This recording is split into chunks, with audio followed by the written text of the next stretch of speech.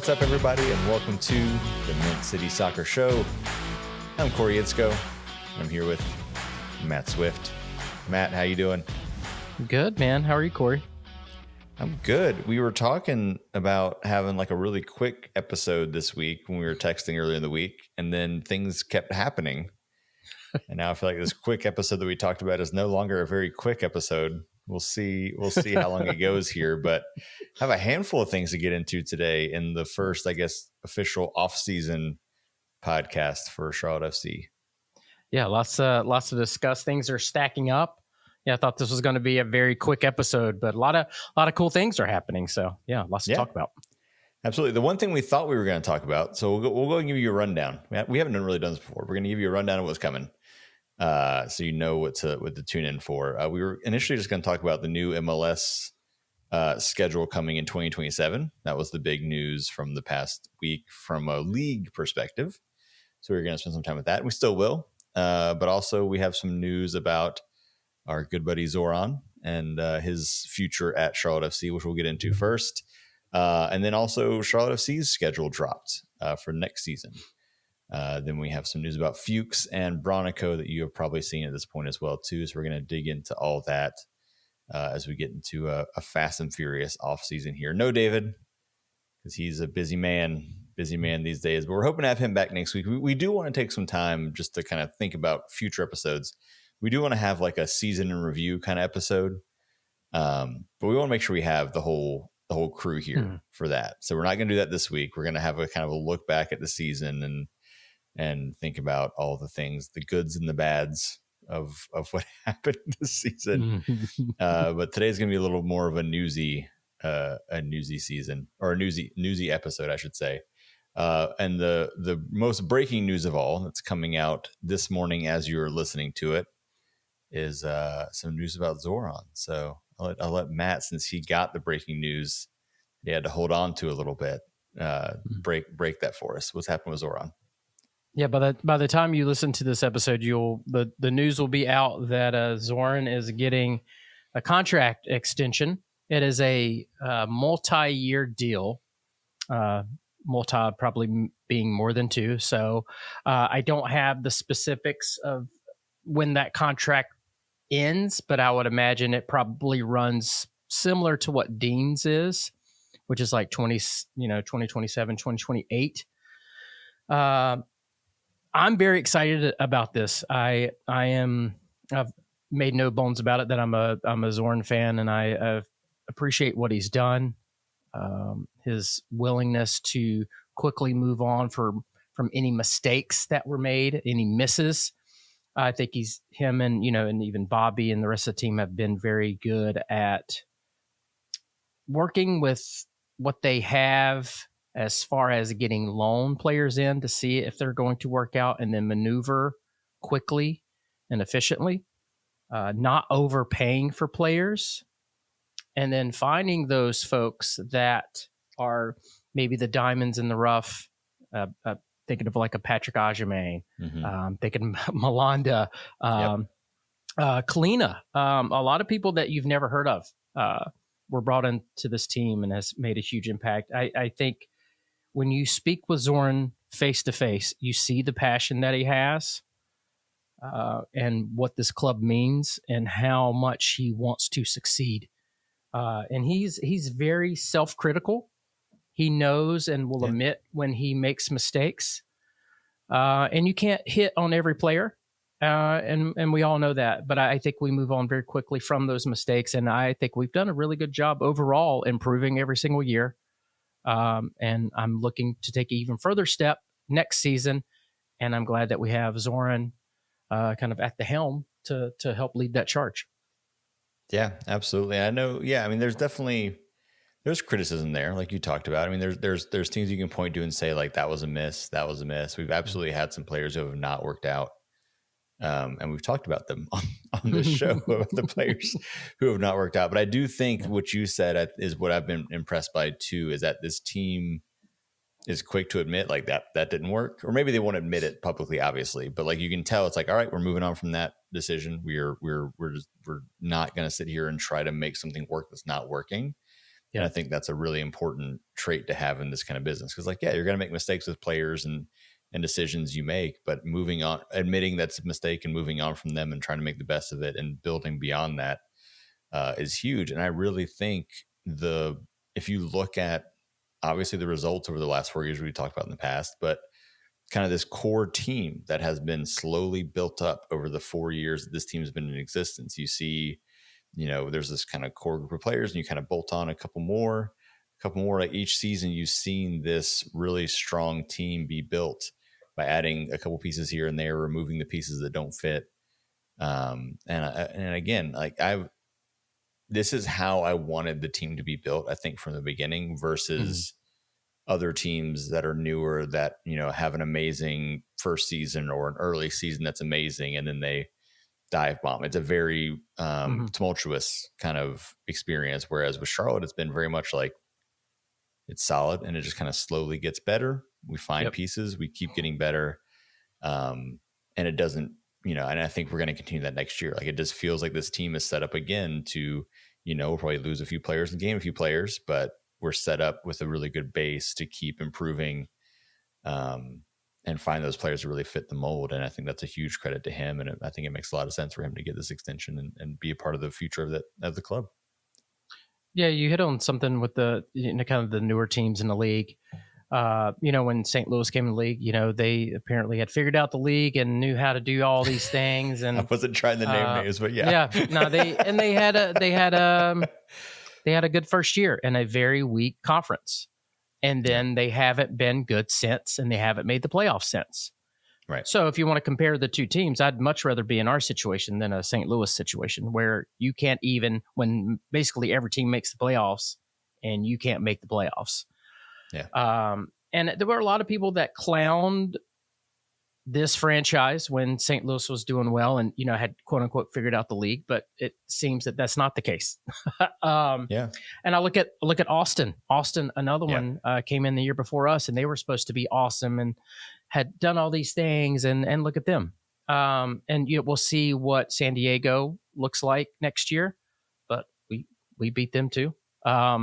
So, I think, one of the things that I really liked about Zoran having a conversation with him is we both kind of had the same thought. And I think Corey too, you as well, kind of modeling ourselves after like the Seattle Sounders, right? Yeah.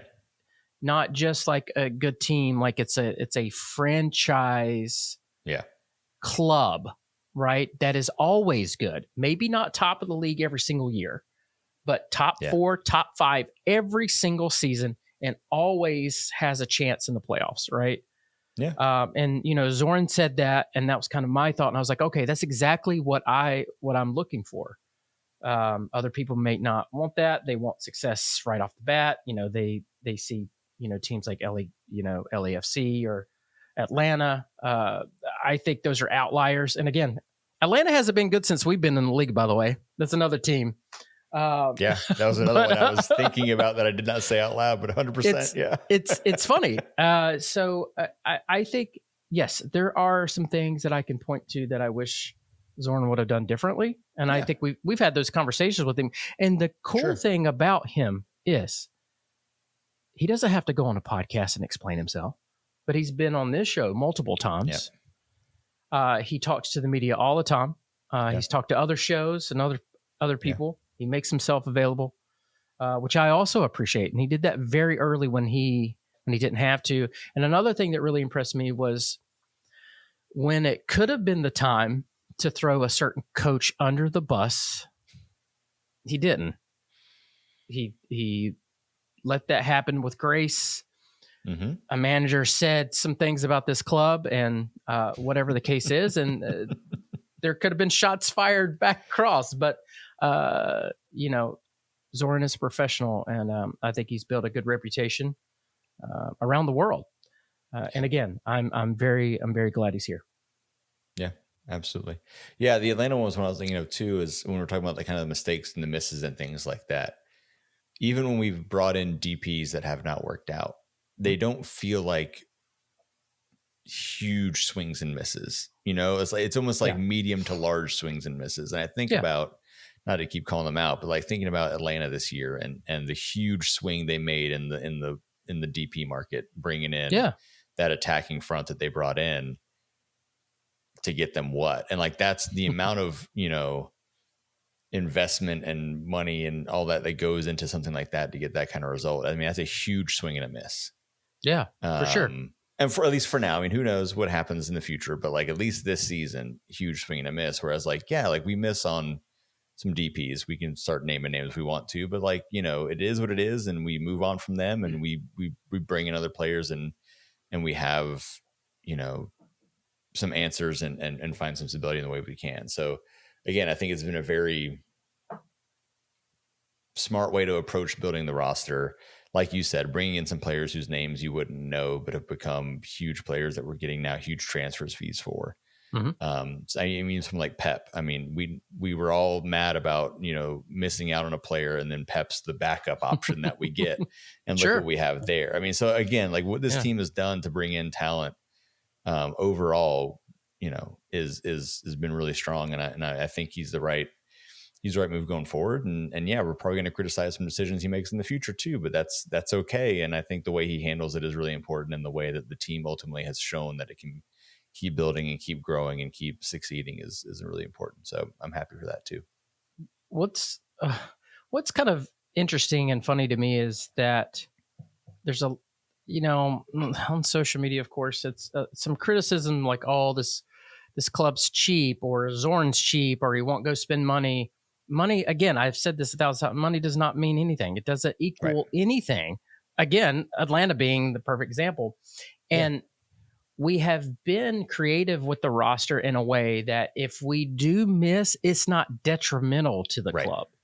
Right. So like even early on, even when, Miguel was here and he wanted to bring on certain players, and again, I saw a comment on Facebook like, oh, that defender that's really, really good. Yeah, we passed on him in the expansion draft. Well, that was a Miguel decision. And again, I've said this before, if you want to be critical of Zoran, like, you probably shouldn't have listened to Miguel at all. Hindsight being 2020, but they were smart enough, like, okay, let's bring some players in on loan that you want, because we don't know if this is going to work. And they didn't. And guess what? We're not tied to them long term. Right. We don't have these ridiculous contracts. And even like Zaha and Pep Biel, like, bring them in on loan, see how they do, and then make a decision on them, right? And it's not detrimental long term, like multi-year situations. Because even like, if you want to talk about a miss, we keep talking about Abada. Right. Abada's not going to be detrimental. Abada doesn't cost a good bit of money, but you can get rid of him, but you've made so much money on the other players that we sold, you're okay. Yeah. So, I don't know. I think I wish people would have a little bit more perspective on the good and the bad, instead of like, oh, all we got to do is go out and sign all these big players. I don't know why we can't bring in all these massive players, blah, blah. And then when we do bring a big player in, people criticize him and stuff. But that's all. And that's not, it doesn't always work. I mean, there's examples you can point to where you bring in the names and it doesn't work. That's not an automatic recipe for success. Look at Chicago's another one. If you look at their spending, they brought in the Shaqiri, who, tons of money, supposed to be awesome. Former Stoke great. Oh yeah, that's right. But he did not work out. But now he's at another club and killing it. It's just, it's just one of those things. Sometimes it just doesn't always, money doesn't not always translate to success. But again, I think this is great for the club. I know some people will get upset, but they'll be okay. But again, I'm looking for long-term success and building. I think the big thing now is, can we have the players and the coach take us deeper into the playoffs? I think that's the next step. If we want to be disappointed about this season, it's like, okay, Zoran's done great. The team's great. Everybody keeps talking about how great we are, but we lost in the first round of the playoffs. So you gotta get past that hurdle next. Yeah, absolutely. All right, I got a good transition here. So one thing I feel like Zoran has been very vocal about, and I think you even talked about it last time we had him on a show, but I've heard him talk about it in other interviews too, is that one thing that hurts us as a league, not just as a team, but as a league in the transfer portal is the schedule and how MLS does not line up with European leagues and the windows. The off seasons don't line up. And that is now changing, which was the news that we had. Was it earlier this week or was it last week? I can't. Time means nothing to me these days. I don't know when it was. In the past week or so. Actually, no, I have it right in front of me. It was last week, posted on the MLS site, at least. So the news broke last Thursday that Major League Soccer is shifting its competition calendar to align more with Europe. I feel like some of the press releases I saw were like with all the world's top leagues. And it's like, I mean, not every league does it this way. It mostly aligns with Europe. Which makes a lot of sense for, again, a lot of the talent that we're looking at. So I'll kind of run through some of the basics, and then we can dig into it a little bit more. But so it starts in the summer of 2027. MLS will move to a summer to spring season format, basically meaning the season will start, I think they said, late July, early August kind of time period, with MLS Cup finishing in May. So I'm imagining the regular season ending in probably like April, something like that. For most teams, is a huge decision, obviously, to totally shake up the season structure. But it's really, again, trying to line up to that more European style. If you watch Premier League, that's kind of the schedule they run. That means those transfer windows, like our midseason transfer window is also the European midseason. Off-season transfer window is also the off-season. Makes a lot of sense there. And it also will include more breaks with the FIFA calendar, which I think is another thing to point out here. We can dig all in more into this, your thoughts on it as well too. But with some of those international breaks, also having a winter break, breaks up the season a little bit more, and then aligns more with, again, that European calendar. The interesting thing to me is obviously they have to figure out a way to transition this. So obviously next season will be normal.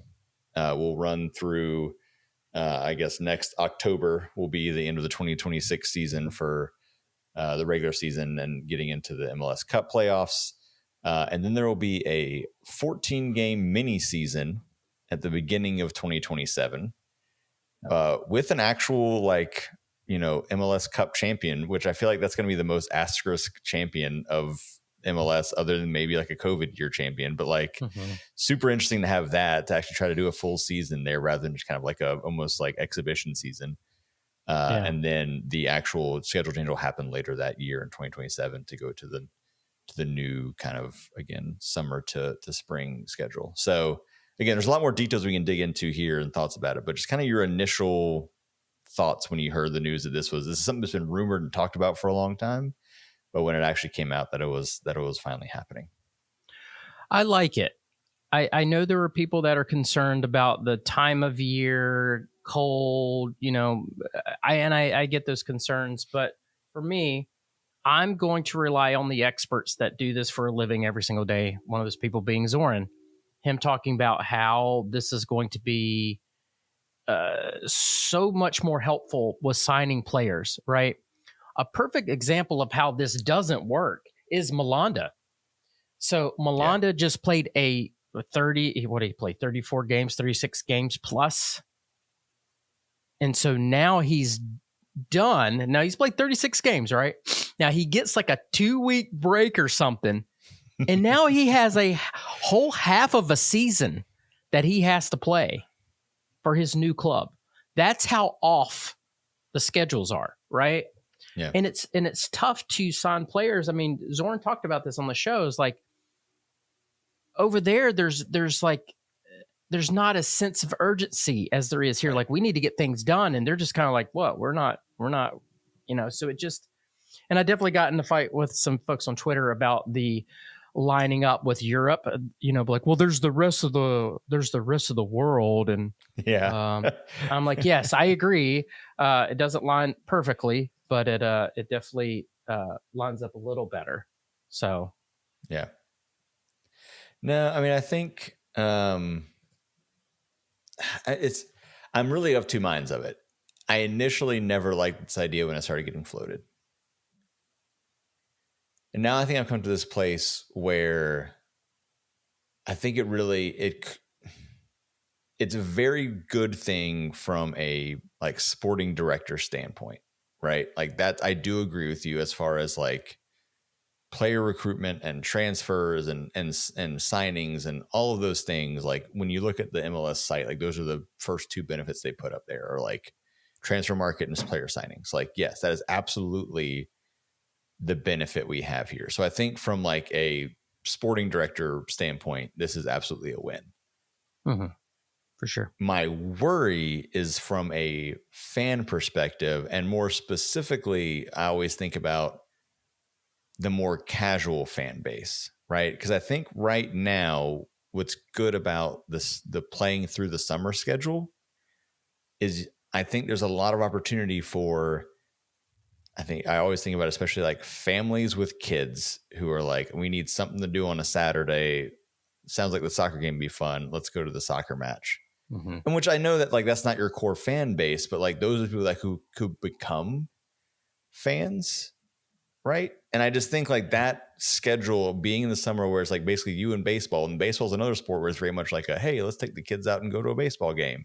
Just a very good casual introduction to the sport thing. And I just do worry that like, are you going to see that same casual, like, hey, let's take the family out to a soccer match on January 13th when it's, 12 degrees outside? Like probably not. Well, I shouldn't say January because that's the winter breaks happening in January, whatever. Sure. February 14th. Yeah. Whatever it might be, like a cold night. I feel like it's a different thing, and it might still be fine. I just do wonder about that a little bit. And I think maybe there's a calculus to be made here of like, I think the idea of MLS is saying like, okay, we're going to do this so that we can bring in better players and maximize those players you bring in. Right. And maybe those players you bring in attract a fan base because you're getting these names and this talent, and the level of play is rising. And that brings a fan base that kind of offsets like the summer casual fan base thing. I don't know if I'm reading too much into this, but I just do think from a on the field, the quality of players, I can see that improving. I think it's great for the sporting directors. I just worry about from a fan base perspective, kind of missing that key summer period where, there's kind of a gap in the sports schedule. And I think I think about in Charlotte, like there's a lot of people who, if they're looking for something to do on a Saturday in Charlotte in the summer, like Charlotte FC match is a great way to spend some time. So I don't know. I don't know if that makes any sense, but that's kind of where my head's at. Is I see the positives, but I also worry about that more. I always kind of come back to that casual fan. And when you're trying to build a team and to build a fan base like this, is like, does this help or hurt the possibility of someone kind of showing up and becoming a Charlotte FC fan? Yeah, I think that it's going to take a little bit of people getting used to the new schedule, because we are used to what it is now. And you bring up a good point about families, certain times of the year. And I think no matter how you do the schedule, it's not always going to be perfect. You're always going to be butting up against another, sport, because it's America.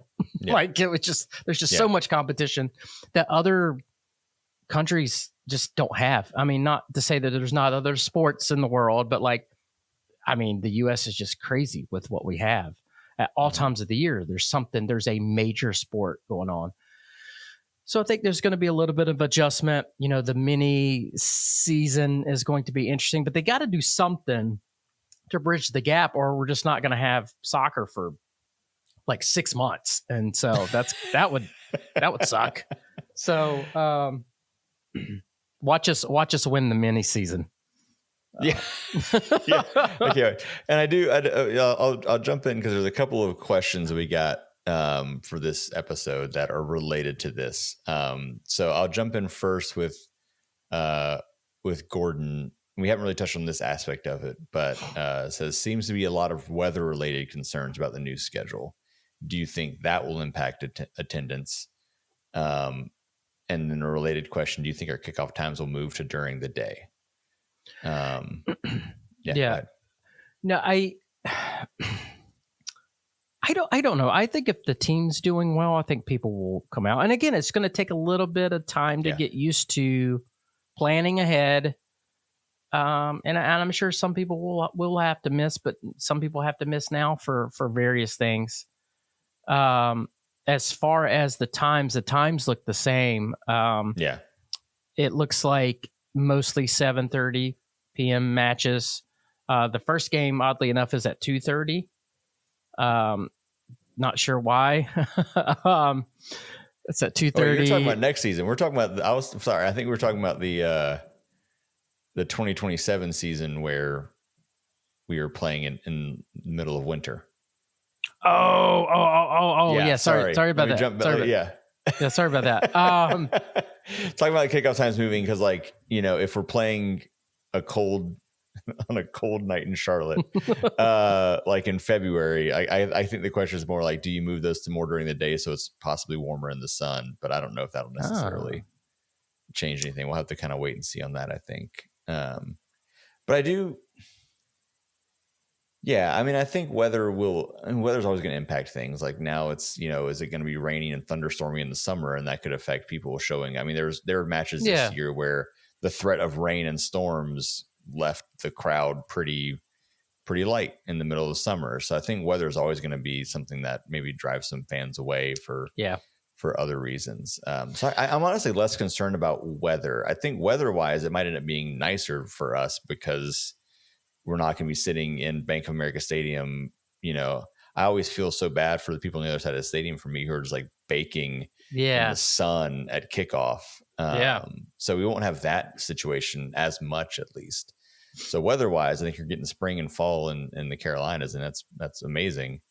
And then the cold will be kind of fleeting as it goes along. So I worry less about that affecting people. I worry more about, like, honestly, like school and things like that, affecting families' ability to do it. But I don't know. We'll see. I think ultimately it probably will end up being a positive for the league to have made this choice, from a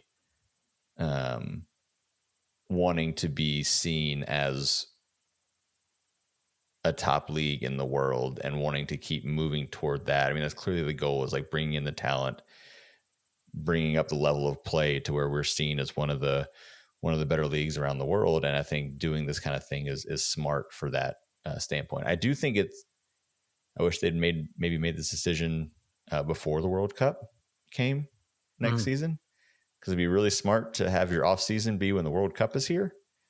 Yeah. So it'd be nice if this was kicking into place in 2026 instead of 2027. But, I guess it's better late than never. Yeah. And, I kind of look at this like,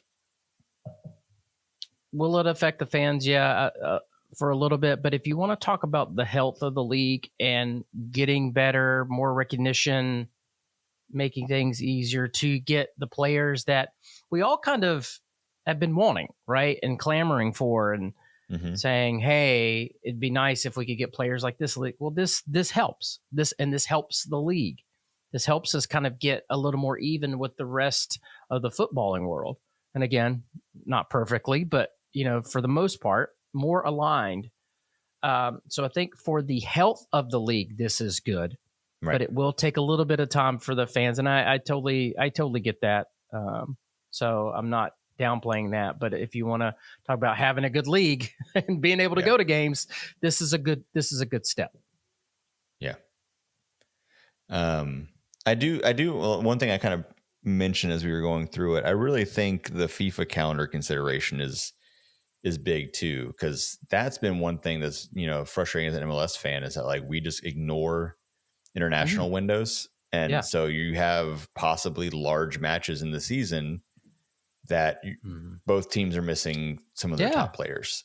And thankfully during the playoffs, they've tried to recognize those. Like, that's why we haven't had any playoff matches since ours.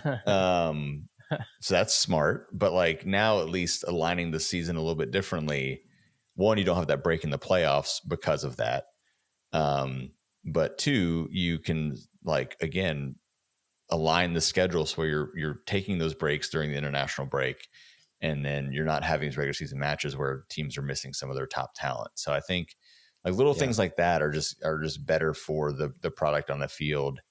And I think it's interesting, like, will MLS Cup get more eyeballs because it's in a time that's not quite as busy of a sports season, right? Like, I mean, right now, if you think about what's happening as we're getting deeper into MLS playoffs, we're getting into the thick of college football season, like thick meaning like getting toward the playoff there. Yep. We're getting in the latter half of the NFL season. There's a lot of eyeballs in that. NBA has started up. College basketball has started up. Hockey is happening. Right. Like, that's right. Everything's really happening. Whereas May starts to free up a little bit. Yeah. As far as major sporting events. So I think that could be interesting. And also the news that we haven't really talked about if I believe I'm correct on this, that MLS is no longer going to be behind a separate paywall on Apple TV. So again, That's another right. opportunity to get some eyeballs to the sport in a time where there's maybe not as much happening. So again, I do think ultimately this will end up being a net positive. I just do think it's going to be interesting to see kind of maybe that first season, what attendance looks like at some of those, late November, early February kind of matches there. But I thought about this, finally get to wear some scarves. That's exactly what I was going to say. Nate put it in the chat. And I was honestly talking about that with my wife too. It's like, hey, at least like I can finally wear some of these cold weather scarves. I don't have to wear the summer scarf all the time. The scarf will come in handy for once. And I have a beanie. I got a beanie for the first ever match because we were playing at DC and it was stupid cold at that match in DC. And so I had all this cold. I like bought that beanie for that match, and I've worn it to one other match, I think, in the 4 years of this team existing. So I'll get some use out of that, which is nice. So that'll be fun. Yeah, there's positives to it, but you hit the nail on the head with a lot of things, like, honoring, I guess, the FIFA break. I mean, to me, like, you can't really complain about the new schedule if you also complain about the breaks and missing players and everything like that. Like, this helps fix all that stuff. Yeah. And there's going to be some growing pains. And like I said, that 14 game miniseries, that's going to be hilarious because I don't even know who's playing who, tickets, house ticketing is going to work. Home playoff. It's just going to be, and I'm sure there's going to be plenty of time to make fun and poke fun at this league, but you've got to do something. You have to bridge the gap. And then I'm sure people will take shots when they do change the schedule. Like, there'll be one snow game, like, see how horrible this is. But then you have situations like that insane Canadian Premier League match in the snow that like was flying over. Did you see the highlights of this thing? Mm-hmm. I mean, this was a week or two ago. I mean, you'll get some fun snow matches. I mean, who doesn't like a good snow sporting event? Yeah, I mean, like, I don't know. But what you're saying, Corey, I think the good way outweighs the bad. But it's never going to be perfect, no matter how you do the calendar. Yeah, no, absolutely. The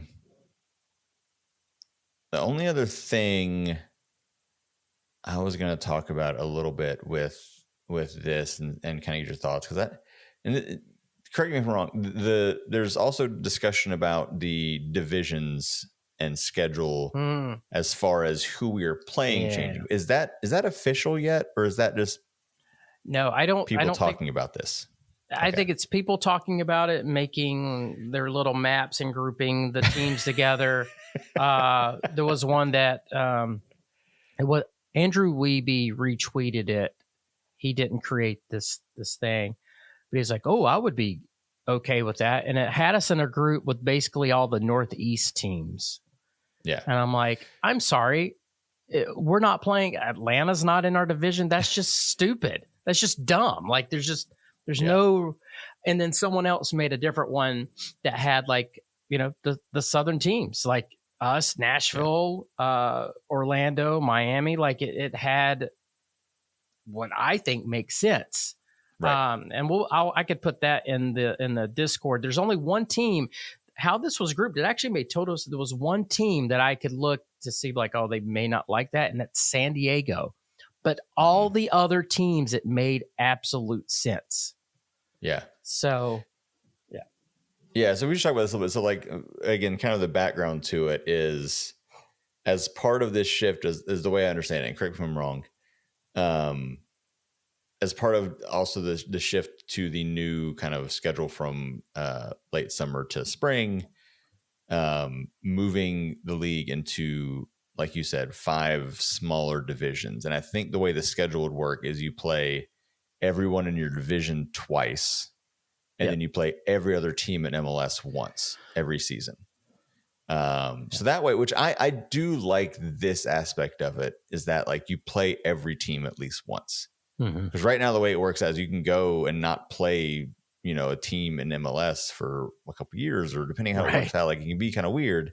Right. But that way you keep the regional, ideally, home and home matchups with the teams that are really close to you, but you still get to play every team in the league. And hopefully that would give you a little bit of a better feel about how all the teams match up against each other when you're talking about Supporters Shield and things like that. And so then of course people start drawing maps of what that actually looks like. And to your point, one of them had us not being in the same one as Atlanta, which is literally the closest team to us. So that doesn't make any sense. Yeah. But some of the versions I like, and this is the one I just pulled up too, and it might be the map you're also talking about. Imagine kind of a Southeast one with DC, Atlanta, Charlotte, Miami, Orlando, Nashville. Like that feels like a really good kind of group there to have home and aways against every year. Good, regional rivalries there.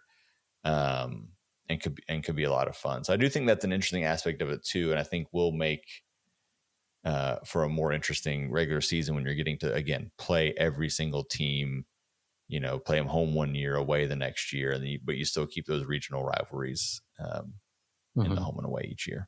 So, yeah, you definitely want to try to keep the rivals together, because that's, good business, good marketing, just good for the fans. But yeah, it's good to be able to play some of the other teams throughout the season.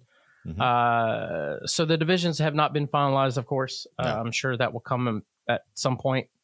And I'm sure it won't be perfect. I just hope it's not horrible like some of the things that I've seen that just doesn't make any sense. But we'll see. We'll see how that shakes out soon. But yeah, lots of changes for the league. One of the things that I want us to do as a league is make a good decision based on fans, not just quote unquote business. And then let's stick with it. Let's like yeah. Like I feel like it's we change it every single year, and that just kind of reeks of desperation a little bit. Like we don't know who we are still, and we want everybody to love us, and we always want to be like the NFL, and no one's going to be the NFL. I'm sorry. It's too big of a juggernaut. Yeah. You don't have to be anything other than what you are, and just let people like you for who you are. It's kind of like being in a relationship. It's like, just be yourself. You don't have to pretend that you're anything else. Just be yourself and people will like you. That's exactly it. Pick a playoff format and just stop messing with it for a little bit. Like, that's just like, this is what the playoffs are. Like, let's just not mess with it. And maybe not have the playoff that we have now, because it is dumb. There's too many teams. So like, change it, but then stick to it after that. Too many teams, and this is not what this is about, but like in some ways as a fan, when we're in it, love the 3-game series, but boy, does that make the playoffs take forever. It does. And I get, like, again, we're trying to be viable as a league, and, the teams are franchises, kind of like a Chick-fil-A. MLS owns all the teams, right? So you kind of have a franchise, like a Chick-fil-A. So, if you make the playoffs, you get more money, get more revenue. I kind of get it. But at the same time, it's like, you got to do something that makes footballing sense at some point. Yeah. Not just some silly gimmick thing. Yeah. Anything else you want to talk about on the new MLS schedule front? I think that was really... That's really it as far as the calendar goes. Cool. Yeah, I think that's it.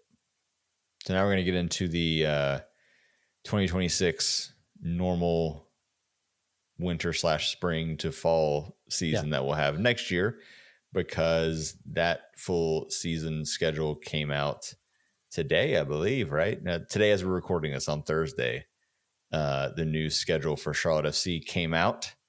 So we got a first look at who will be playing, when will we be playing them. There's a match on my birthday, but it's away. Unfortunate. It's fine. Mine and David's birthday. Maybe That's right. Maybe we need to go to New Jersey to see that one. But I mean, a lot to dive into with this, and obviously we'll talk about it more as we get closer to the season starting. But the season for us starts February 21st away at St. Louis, and then away at LA Galaxy. The home opener being March 7th against Austin. I mean, there's a lot to go into here. What really jumped out to you first, Matt, when you were looking at the new schedule? Well, the very first game, playing St. Louis again for the very first game. I don't know if you could see it now, but there's a scarf on the very end of my rack. It's a double-sided scarf. It's St. Louis and Charlotte FC, but it's St. Louis's home opener.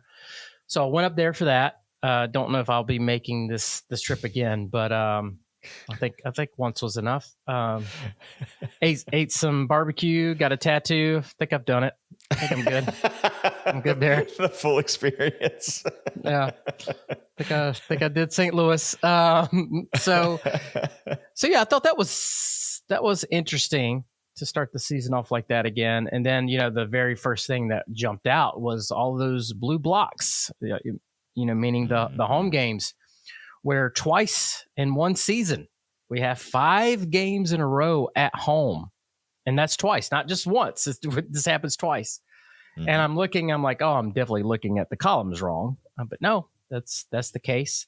So that was the very first thing that jumped out. And I was talking with Caleb on Twitter and was, telling him, like, we are very much, it seems to be a second half of the season team.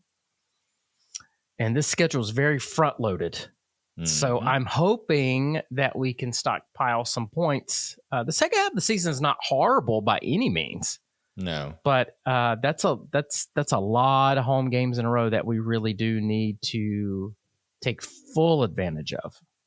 Yeah, no, absolutely. I mean, that's what jumped out to me when I was looking at it as well too. Is you've got that first home opener March 7th, and then that starts off 5 matches in a row at home, right? 1, 2, 3, 4, 5. I'm counting right. Yes, 5 all the way through April.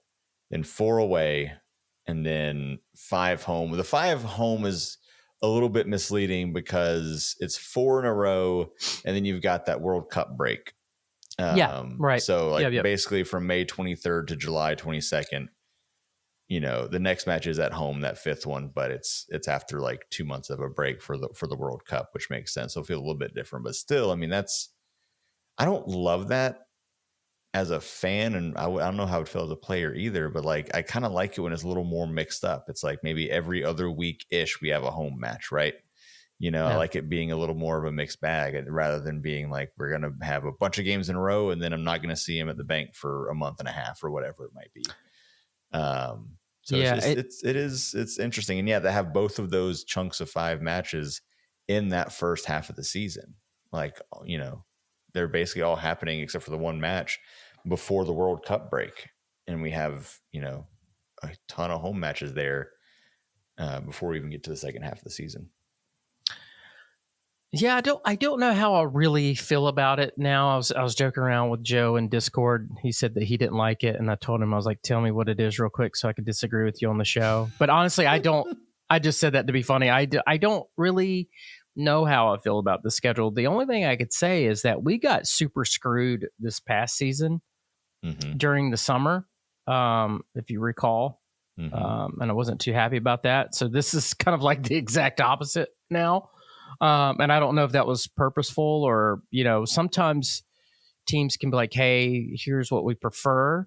Here's what we like. But MLS makes the schedule. Yeah. And I'm sure some of the times around the World Cup host cities that are, like Atlanta or something like that wouldn't be able to navigate that. So they have to play away. So I'm sure there's some of that too. But 5 in a row is crazy. Playing 4 in a row away is also crazy. So it would be nice to maybe kind of mix that up a little bit. But again, I mean, you're dealing with so many different teams and schedules and events that everybody has going on. So I think we'll, like always, when the season starts playing and then we see who the opponents are and see who's good, who's bad, who's on a hot streak, we might be like, man, it'd be so nice to not have 4 away games to all these hot teams, like that type of thing. I'm sure those will be the conversations that we have. But yeah, I mean, I don't hate it, I guess. But again, I think we have to get into it. But I was jumping the gun earlier. I got the years wrong when we're talking about all these different calendars and schedules. But the first game against St. Louis is at 2:30, which is very strange. But most of the games this year are at 7:30 p.m. again. There's really no change. There's like some outliers. There's like, dependent, like if we play Chicago, it's 8:30. If we're on the West Coast, it's 10:30. There's one more 2:30 game in October against Philly, but for the most part, it's pretty much the same as last season. Except for the Halloween match at home against Orlando, which is TBD, which I'm very interested in why that has not been decided. Yeah, and having a game on Halloween that's a decision. Yeah.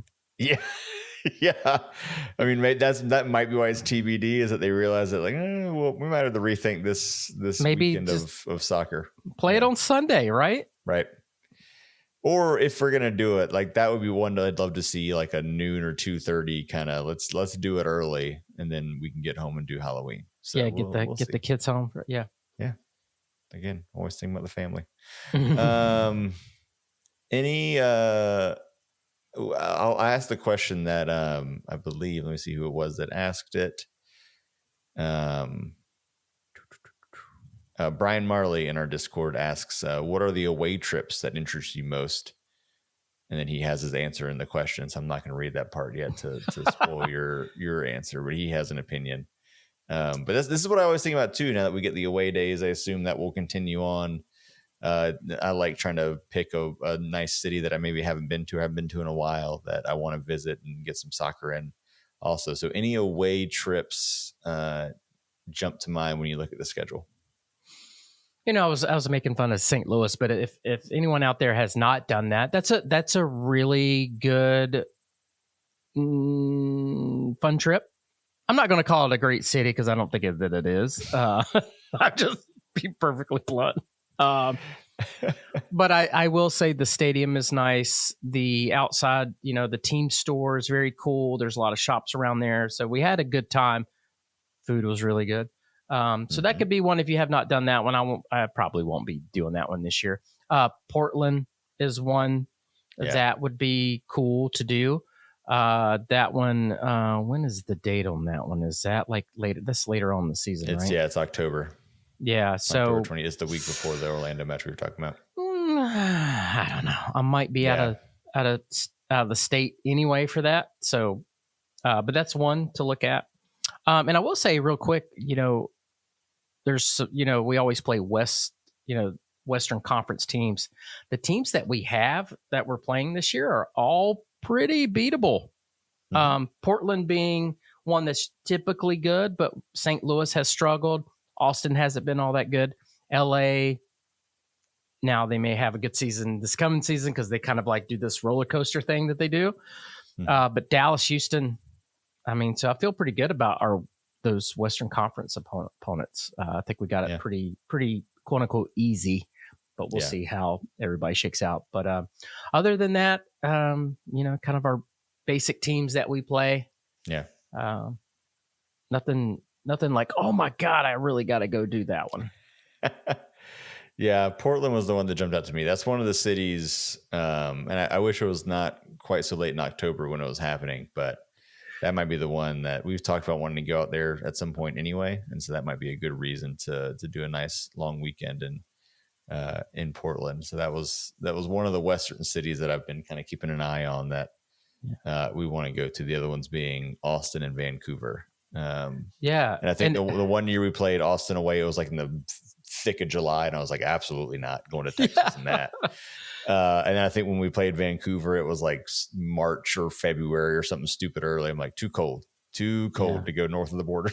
And so hopefully the timing will work out a little bit better. But I think Portland could be a really fun one to do for a nice away match there. Montreal is always, I mean, I know we play them away every year. I had like, that's one that if you're looking for a fun away trip and you haven't done it, unfortunately this year's on a Wednesday night. So you got to figure out some vacation days.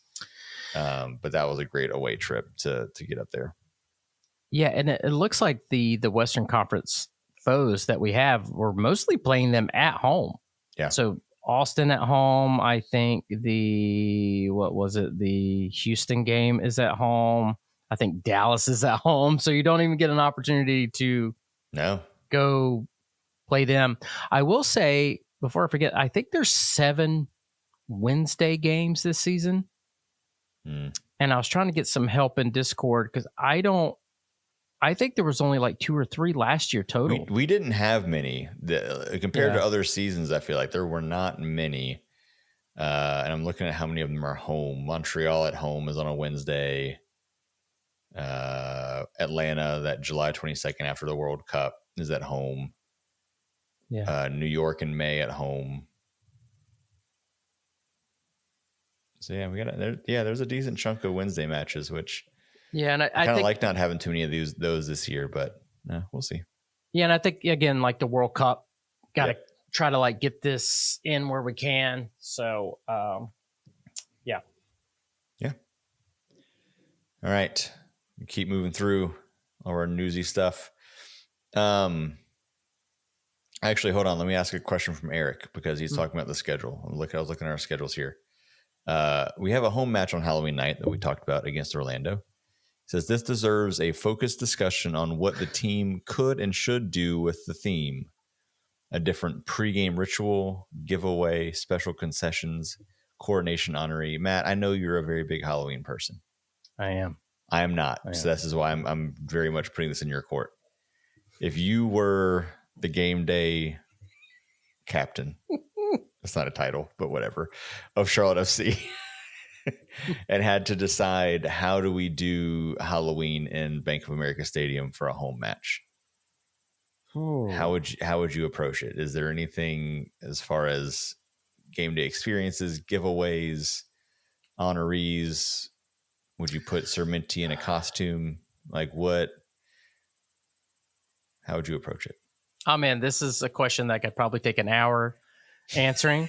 So we'll definitely have to revisit this one for sure. But it would be, like when you think about Halloween, you think about mask and costumes. It'd be really hilarious if they gave out like a Vargas mask or there you go. Like, and everybody wears that, something funny like that, or a Minty mask, or something like that. But I'm sure that they'll have to do, maybe they'll have costume night or something like that, and they have some pregame trick-or-treating right inside the stadium. That could be fun. That's a good idea. Yeah. Especially if the game ends up still being at like 7:30 or something like that. Right. That'd be really smart to do like a 5:00 trick-or-treating around the stadium kind of thing with the kids. Yeah. That'd be a really cool thing to do. Yeah, so they could do that if they're kind of forced to do Halloween. Like I really do think that they probably should try to reschedule that maybe for the first. But they could still do like a trick-or-treating type of thing, like, the next day have your kids wear their costume, and they just did the lighting of the Christmas tree at Bank of America Stadium, and me and Jillian and the little one went. And, you could go through the concourse and have little stations set up for trick-or-treating. And like I said, it's something funny with a mask. Minty is ripe to be doing something for Halloween. So I think they could have some fun with it. And I hope that they do. I like it. It sounds good. All right. Next piece of news. Christian Fuchs. One of the original Charlotte FC players, coaches, all the things. I feel like we don't talk about him as much in the role that he's kind of had with the team in the last few years, but very much a big part of this team's growth and history. And he's leaving us. Yes. Matt, where's he going? Was it Newport County? And honestly, like it is Newport County. You're right. I had to look it up, honestly, because I was like, all right, Yeah. League Two. And I was like, okay, League Two. And it took me a second, League Two. I'm like, wait a minute, USL Two? I was very confused. It was early in the morning when I saw it, and I was very confused what was happening. And at first I was League like, Two, which is also the fourth division of English soccer, because English soccer divisions make no sense. Yeah. The titles and everything don't really match up. And I was like, oh, did he get let go? Like, I didn't know the situation. And so anyway, Fuchs has been an assistant. He's been getting all of his coaching license, and he has the opportunity to go be a manager at a club that is struggling. Mm-hmm. So he has the opportunity to kind of right the ship, and it could be a really good opportunity for him, because if he can go there and right the ship and save them, a lot of eyeballs will be on him. You know, he's very popular across the pond, and I mean, he can't stay here forever. He wants the opportunity to coach, and Newport's coach got sacked. Haven't been doing very well. So, I hope Fuchs can turn around there. It's not a great situation, it doesn't look like, but I wish him the best. I really hope he can turn around, because like I said, if he could do a good turn there, I mean, that's when a lot of eyeballs go to like, oh, what is he doing? How did he turn around? And then he has that name recognition anyway. Oh yeah. And he's a good dude. He's funny. He's sarcastic. So I wish him the best. I wish he could have played longer here. You know, we kind of, it sucked because we got pushed back a year. We lost a year of him playing. So yeah. Again, kind of like what I was thinking is like, I feel like he's such a, just well-known and well-liked and legendary player in his own right. And so to have him be part of that first season with Charlotte, and then it feels like we only had that one season. And again, he's been with the organization, but in a very quiet role, I guess is what I'll say. Like, he's definitely there. You see him on the sideline. He's very involved with the team, but like, as far as like a public persona, I feel like he hasn't been, out there as much. And stuff like we haven't gotten to see. Go ahead. So there's one thing I want to go back, because I always like to correct myself and make sure that I'm keeping myself in check. I want to say on this show multiple times that I have said, why is Christian Fuchs coaching the strikers like when they're warming up? Yeah. Right. Okay. And I'm like, that doesn't make sense to me, but I wonder if he is part of the reason why Vargas has been shooting better. Now I could be, that could be way off base, but could Fuchs be one of the reasons why Vargas is shooting better? Here's the secret. Yeah. But when you said that Newport County is not doing well, I mean, you were not exaggerating. They are, just so everybody knows, they are currently dead last in League Two. Again, this is the fourth division of English soccer. Yeah. So they are at risk of falling out of the EFL, like getting out of what they call the actual EFL division. So going to non-league football, as they call it. Yeah, I'm trying to look at the pyramid now to see where they would go if this happens. Yeah, it gets real complicated after you get out of League Two. Things get real weird once you drop out of League Two. But they have 3 wins in 16 matches, and a goal differential of -12. So things aren't great. But this is a real chance to prove himself and turn some things around, and who knows? And I think it's great for him. I mean, if you're wanting to kind of take that step into being a manager, going back to England and doing that, I mean, I think it's a great step for him. And I wish him all the best, and hope that we see him coaching in higher leagues as he kind of goes along his career there. But hate to see him leaving the club, but good for him, happy for him. And I'll put on a little alert on my phone to see how that team's doing. I've started doing this now as we lose players and other things like that, get a little foot mob alert so I know what's going on with them and see how they have some success across the pond. I was trying to look at the pyramid to see, as a 46-year-old, out of shape player where I could probably play in the pyramid.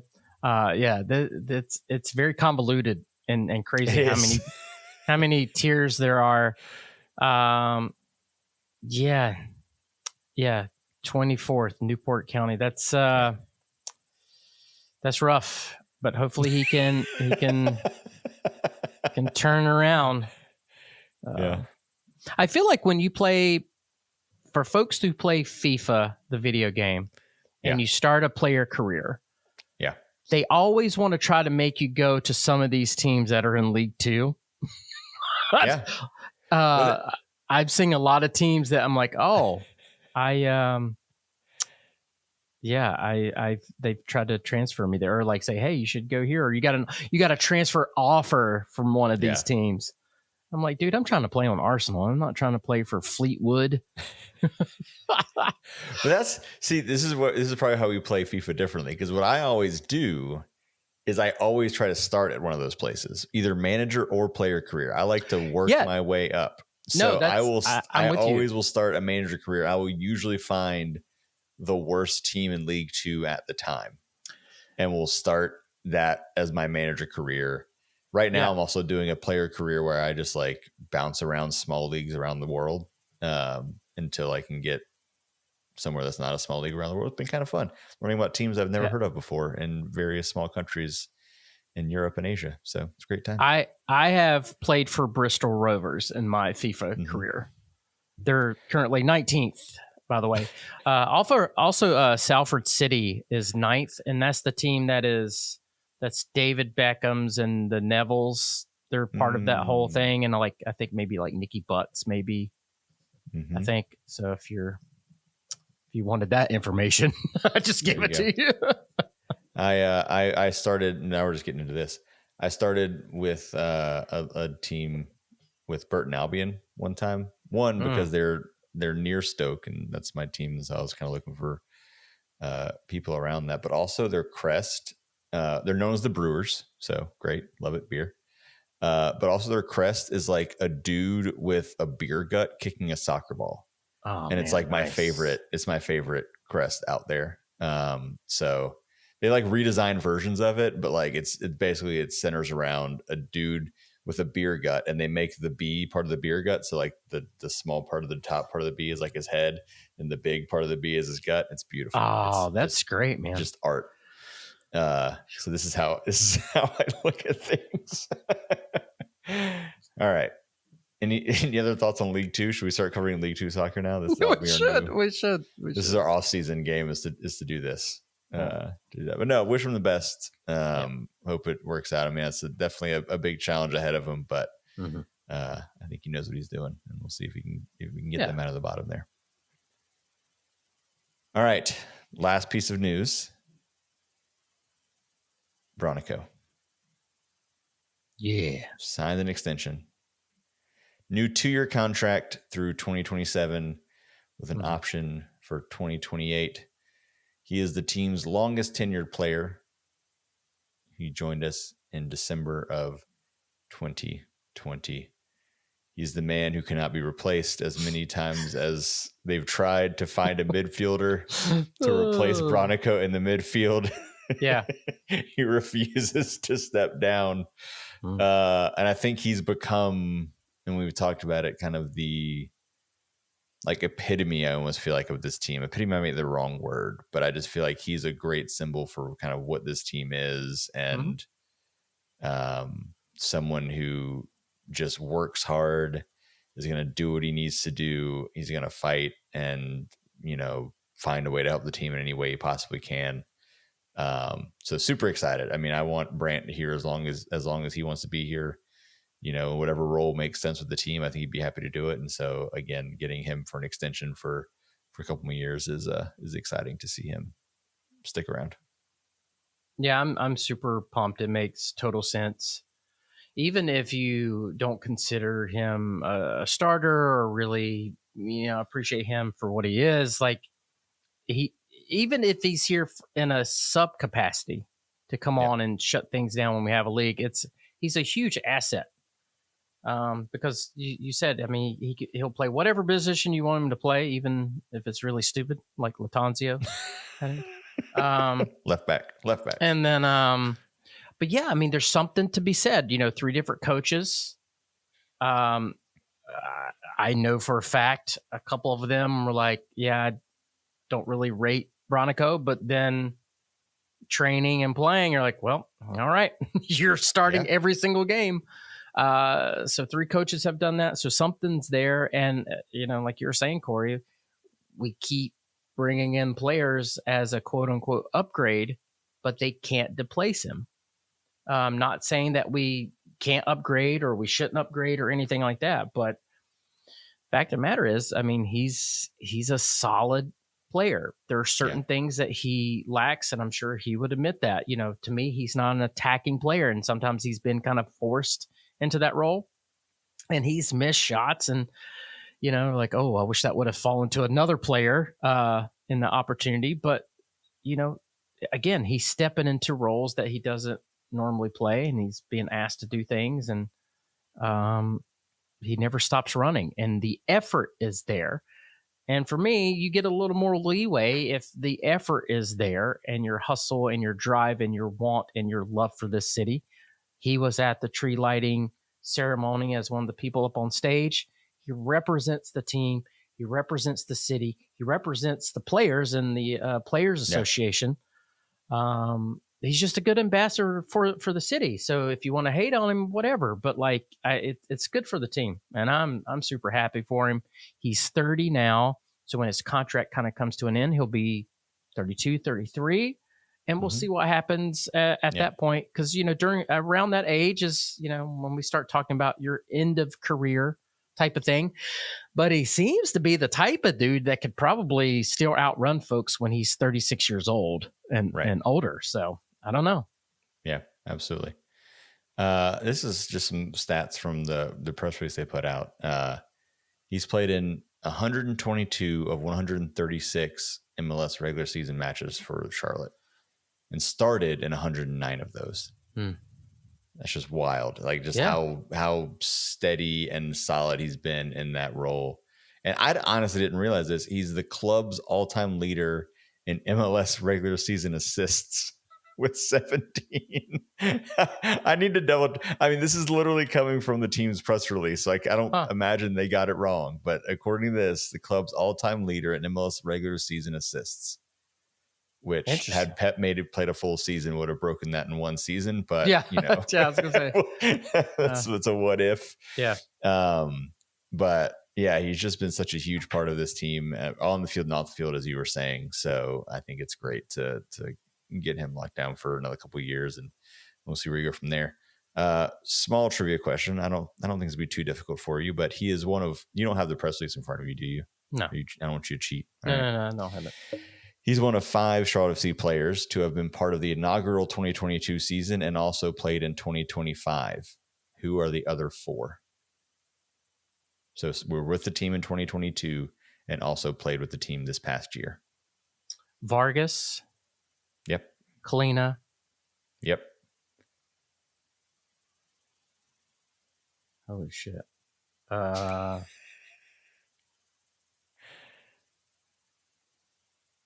Why am I'm blanking on the last one? There's 2 more. Oh, there's 5? So he's one of 5. So yeah. So the 3 you have so far, obviously Bronico, Kalina, and Vargas. Oh my God. The last 2 are, you want me to give you hints? I don't want to give hints until ready. They're both defenders. They were here in 2022? Mm-hmm. Was Byrne technically here in 2022? He's on the list, yeah. Okay. I think that's where I'm mixing myself up. Like, both defenders. Privet? Nope. Not Bill. What? Bill came. Did Bill technically come in 2022? Look back to see Bill. It's not Bill. I don't know. Who's the last one? This person will definitely not be part of the 2026 squad.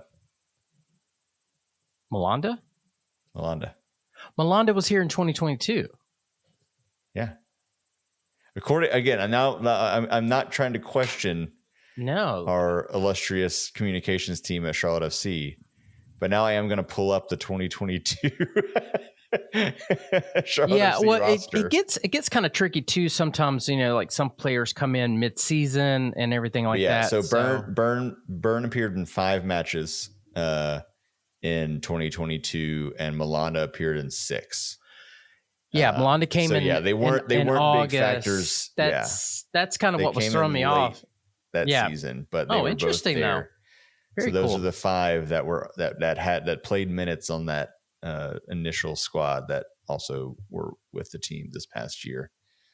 The reason why I looked back again, I don't know if you can see it. There's the St. Louis scarf, and we all know that Bill played that first game in St. Louis, and that did not go well. So I knew he was there at the beginning of the season. I was like, okay, maybe he was there at the tail end of 2022. But he came in that offseason, because I remember that being the big offseason signing. That's right. Just as an aside, hopefully the away trip to start the season in St. Louis is better than last time. I know I didn't have a chance to say that after you were talking about yours, but boy, that was well, I'd like to really stick it to one of their fans at least. Oh boy. All right. We have one. Go ahead. We did forget one thing as far as kind of once the schedule came out, we do have a date for the MLS All-Star game, which, yes. And if people don't know, Charlotte is hosting the All-Star game, which is very, very cool. So that's July 29th. And our coach will be the head coach, because whoever hosts, the head coach gets to have those honors. And I would imagine at least one of our players will be there, because I think Dean gets a pick. Yeah. And just that's usually kind of the thing. So I guess if Zaha is still around, I could see someone like him getting it, or maybe there's multiple folks that get it. Yeah. So I don't know. So it's very, very exciting that there is so much going on next year. It's bonkers. Yeah. It's nuts. Once the schedule came out, they had a definite date for that, July 29th. Yeah.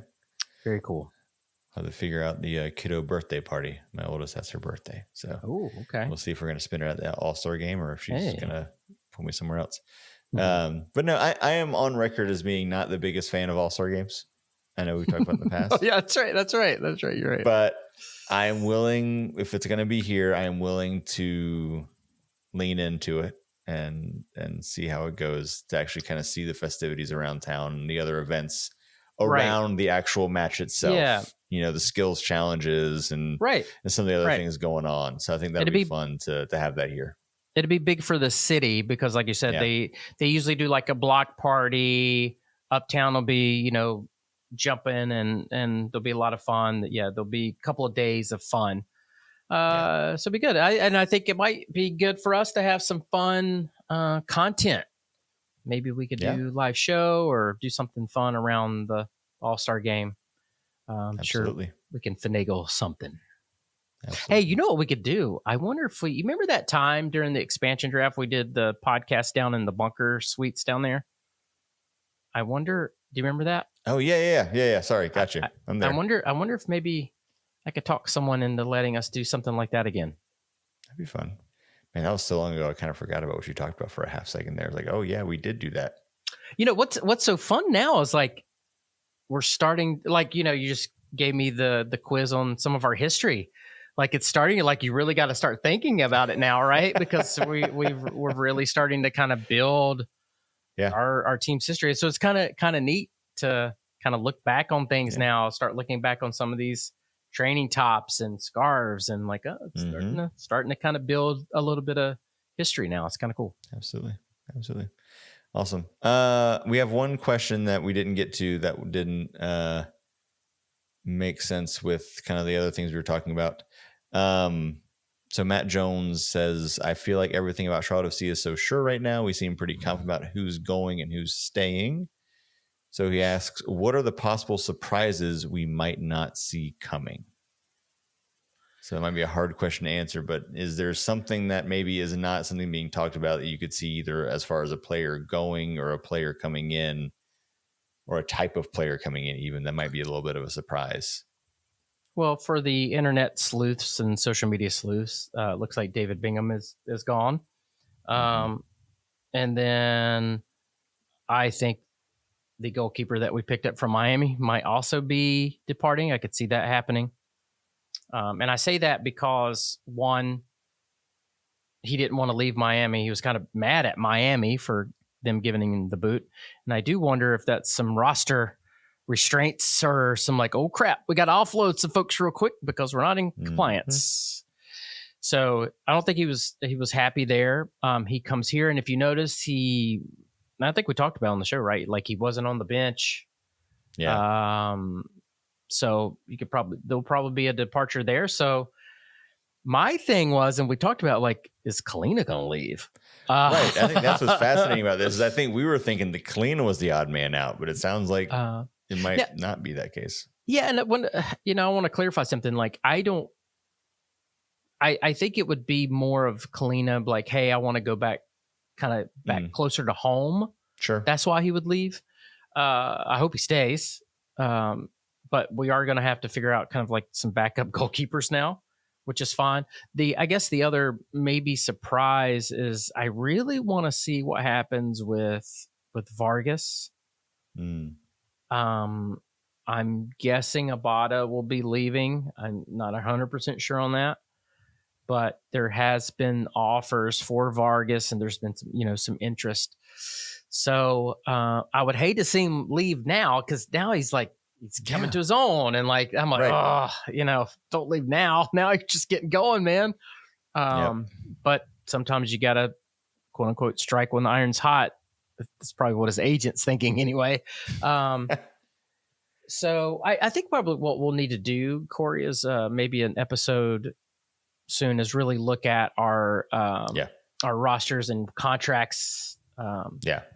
As we get into like the silly season and the transfers and all that stuff, but that could could be one that I'd be like, that might be a shock. Yeah, no, I'd hate to see that, but no, you're right. I mean, I think that's something we put out. I know David put out some questions about kind of things people wanted to hear about in the off season, and I think that was one of the things was kind of diving deep into contracts and transfers and some of those things. So definitely more of that as we get deeper into the off season. Again, we want to spend some time doing kind of a real season review, look back type episode. Maybe have a special guest for that. We'll see if we can swing that. Coming up as well too. Anything else that people want to hear or think might be interesting, we'd love ideas for the off season and how we approach some of these shows coming up.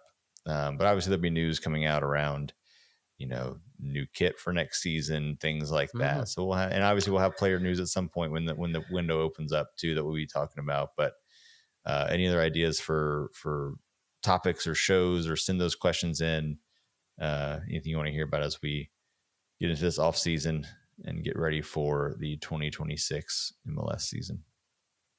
Yeah. Awesome. Gonna be fun. All right. With that, our short newsy show that is now run, getting ready to hit 120 minutes on the recording. We will bring it to an end, but thanks everyone for listening. We are planning to be back next week. Don't hold us to it, because you know how our schedules get, but we are planning to be back with David to do maybe that season review episode we talked about. So that'll be out soon. But in the meantime, definitely check out the Patreon so you can get in the Discord and we can be chatting there between episodes, maybe talking about the other teams in the MLS playoffs if you're not like me. Because once my team's out, I don't want to watch it. Just as a personal thing. Like, and this is not just MLS. This is any sport. Totally. I immediately lose interest in the playoffs once my team is out, because it hurts me to watch the other teams who are not out continue to have fun, and it makes me sad. So I will probably not be watching it, but if you want to watch it and talk about the Discord, there's an opportunity for that. Or ask us questions. Let us know what you want to hear about. But again, you can join our Patreon. It's a few bucks a month and get access to that and some special episodes that we will probably be releasing over this off season as well too. So find us there. Corey, now, of course, we don't play the music leading into the episode. That's done in post-production. Yeah. What song are we playing? Or what song did we play to introduce this episode? We played song 2, not the actual song 2 that's copywritten, because we can't play that one. But the of the two options we gave, It's the oh god, I already forgot the name of it. It's this like something stomp. Yeah. Yeah. Now we did. Now for not the indie rock podcast, that was the David suggestion. That one did not win the vote. Now, one of the reasons why you should join Discord is because we talked about this whole thing. Yeah. But we talked about this Discord. Like, I was able to make a claim and dispute this copyright thing, and we won. We did. Meaning that the episode could finally go back up on Spotify, even though I think we uploaded again anyway. But we won. But I don't know if we could ever use that original song again. We do have people that like it. But I'm okay with the new tune. Yeah, again, we talked about this a little bit, I think, previously when this all first happened. But the original song was literally me just pulling a free song just so I could record a teaser episode so I could get this show live. I put very little thought into what song I picked. Yeah. I was thinking like, all right, we're talking about the South, so it's got to have a banjo. Yeah. And it did, but it also had some good momentum, and we just used that for forever. So I think it was time. It was time for a little change of pace. I think I texted you. Still getting used to it, but yeah. I think I texted you one night. This was like a couple years back, and I was like, "Hey Corey, I heard our intro song on a bass fishing app on the Apple Store." Yep, which is great. Yeah, the free audio library on YouTube is an amazing thing.